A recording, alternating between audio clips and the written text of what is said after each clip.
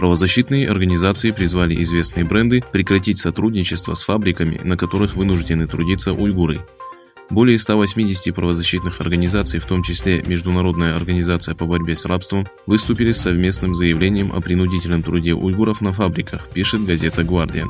Правозащитные организации призвали компании Gap, C&A, Adidas, Muji, Tommy Hilfiger и Calvin Klein исключить из цепочки поставок китайские заводы и фабрики, где вынуждены трудиться уйгуры. В заявлении подчеркивается, что модные бренды и технологические компании являются соучастниками нарушений прав человека, совершенных в регионе.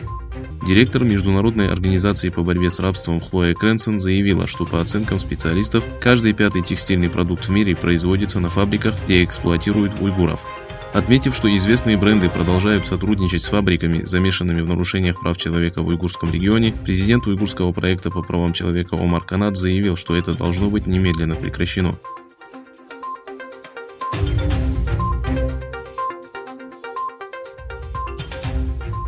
21 июля китайские СМИ сообщили о завершении железнодорожной линии Галмуд-Корла. Маршрут железной дороги протяженностью 1200 километров, строительство которой было завершено за 3 года, начинается из города Галмуд провинции Цинхай, проходит через бассейн Сайдам, Золотую гору и завершается в городе Корла. Наблюдатели подчеркивают, что несмотря на достаточное сообщение с Восточным Туркестаном, недавно китайский режим построил несколько аэропортов и железных дорог, связывающих Китай с регионом. Специалисты отметили, что этот проект является основой для развития проекта «Один пояс, один путь» и будет служить не для пассажиропотока, а для перевозки в регион китайских переселенцев.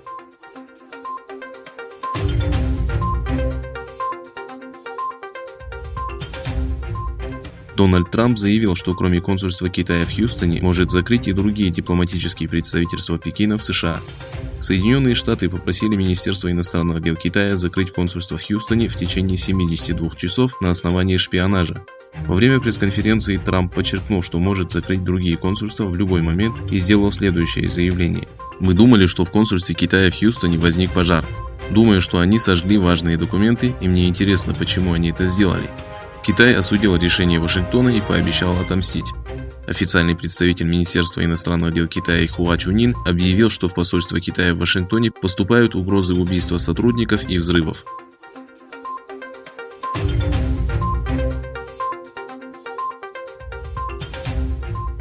Выступая в библиотеке и музее имени президента Ричарда Никсона в Калифорнии, госсекретарь США Майк Помпео назвал главу Китая Си Цзиньпина фанатиком отсталой тоталитарной идеологии.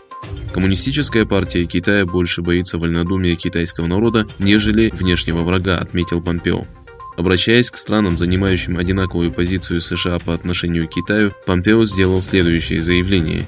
«Мы должны сотрудничать с китайским народом и укреплять его. Будучи свободными нациями мира, мы должны следовать более творческим и амбициозным путем по отношению к действиям Коммунистической партии Китая, которая угрожает нашим народам и нашему благосостоянию».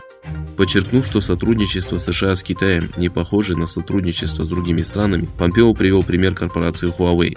«Мы перестали относиться к Huawei как к невинной телекоммуникационной компании. Отныне ее мы рассматриваем как угрозу национальной безопасности», — сказал Помпео. «Только на этой неделе мы закрыли Генеральное консульство Китая в Хьюстоне, потому что оно использовалось в качестве центра для шпионажа и краж интеллектуальной собственности», — отметил Помпео.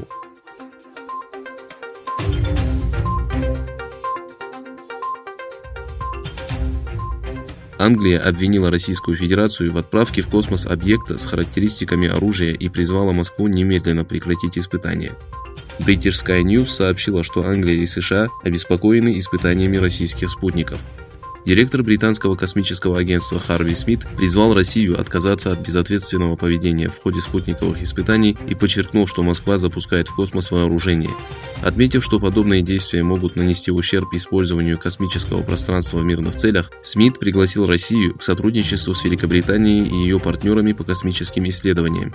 Он также заявил, что спутниковые исследования с использованием оружия могут представлять угрозу для космических систем.